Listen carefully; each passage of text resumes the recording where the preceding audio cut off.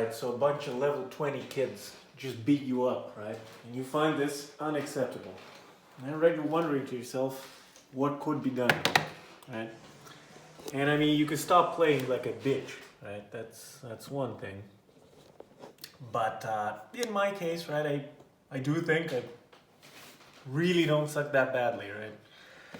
And so what I've ended up actually finding out is that this one controller I have has some dirt under the gas pedal. And so actually this does not give full gas, right?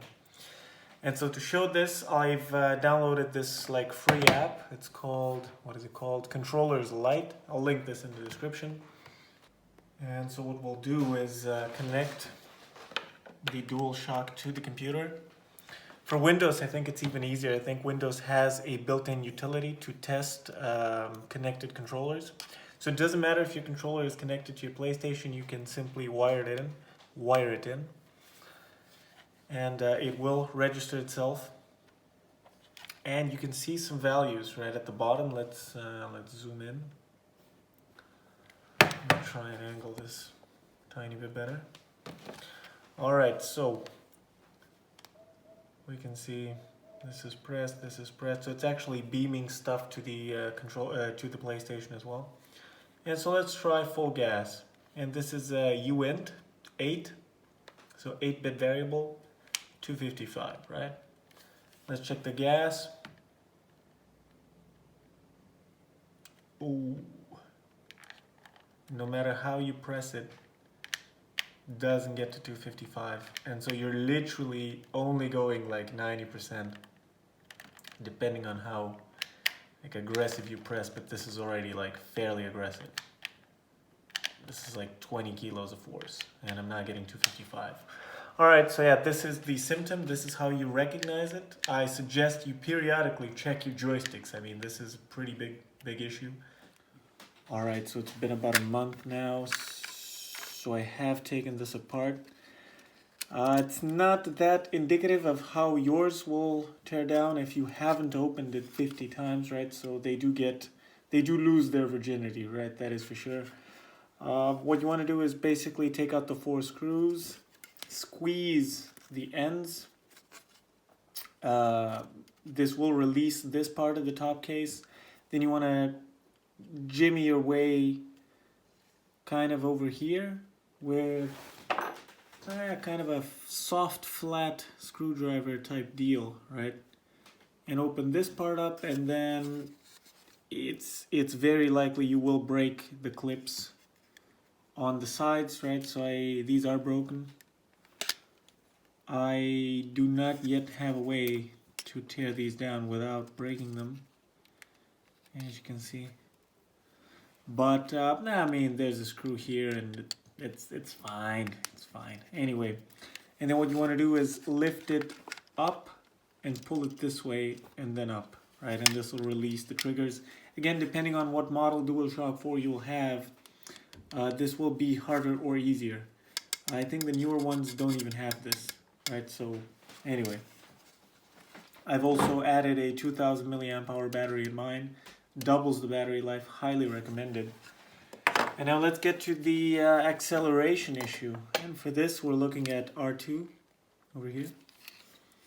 And so to take this off, you'll want to very firmly grab it, right?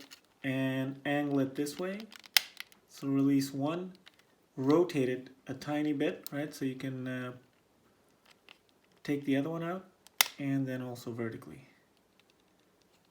Pull it out.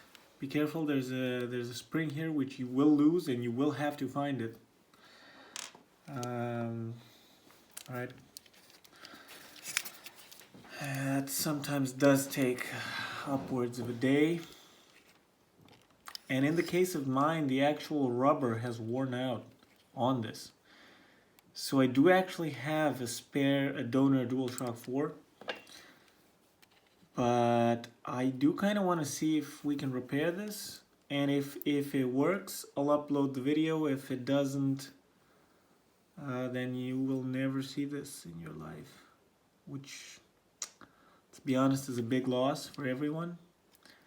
But yeah, somehow. Right, there's a very sharp piece on here. I'm pretty sure they could have made it a bit softer, although this does angle, so you can't, yeah, I don't know.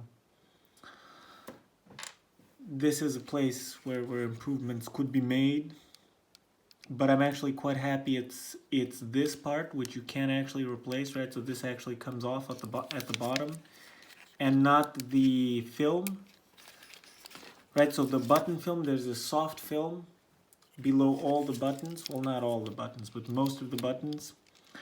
And right, this resistive element here is what makes up most of the buttons on a PlayStation 2 controller. And this film, right, the black thing you see here, right, this comes into contact with this convex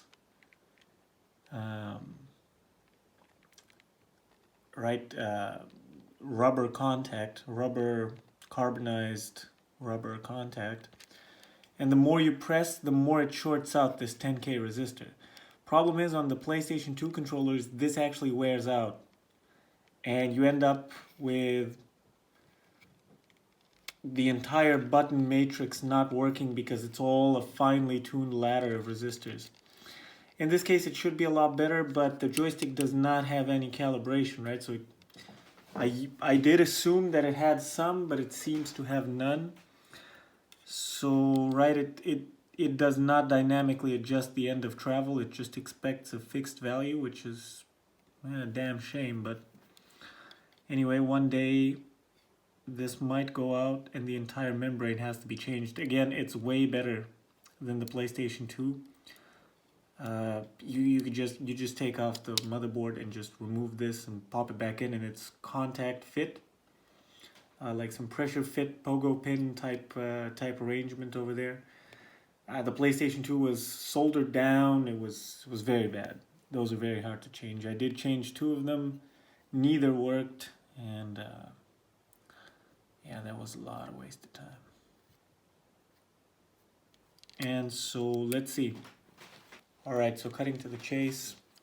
In order to fix this without replacing this small section, I see only one solution, and that is to use sanitary silicone. It usually comes in like those big ass tubes with the right, they have the manual pump thing. I do like adding some to a syringe and just having reasonable doses being dispensed, right? A good trick would be to always leave some dangling out. That way you can remove it and always leave some fresh silicone out to prevent blocking your tube, right? And the good thing is, I don't think this will stick to the silicone, to this thing, but it might stick to the broken parts over here.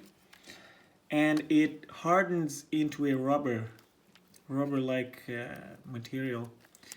And depending on how expensive and how high quality it is, it's either stronger or more elastic. This is quite elastic. And then the white one hardens kind of like this. This was in the big tube. Right, and this will stick to a lot of metals, right? Even shiny surfaces, right? This does have acetic acid, I think. Or, yeah, I don't know. Some type of acid, right? So this is why it smells like vinegar.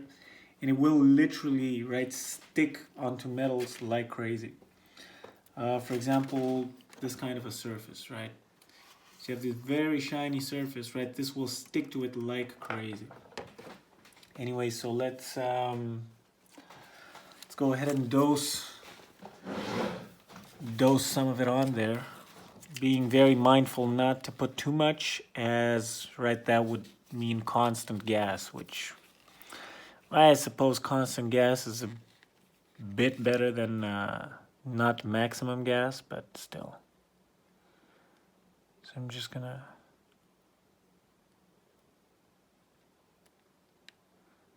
get some of it into the cracks so that we get some adhesion.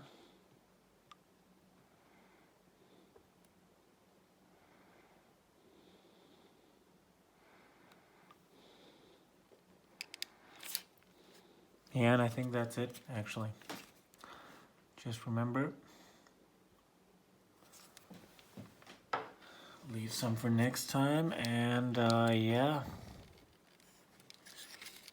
I mean, it's not much, I'm not gonna lie. Now you have to let this cure for about 5 to 10 hours. It does cure very slowly.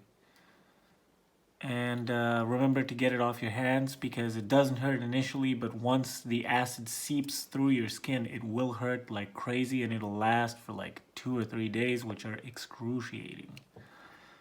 So you definitely want to be careful with this shit. And yeah, we'll get back in due course and we'll see if this fixes it. If not, I'll just replace the whole thing and yeah, fuck it. Alright, so moment of truth. Let's see, let's put this bad boy back together. I mean, first of all, we could probably test it like this. I mean, why not?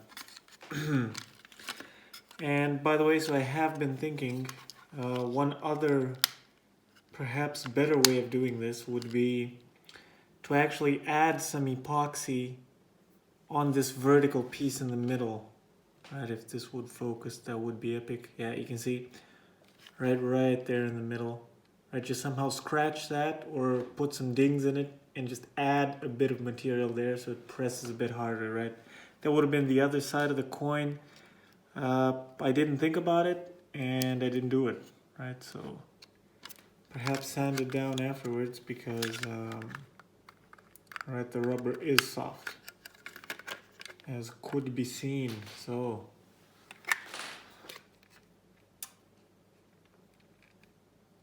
oh yeah, oh yeah, barely though.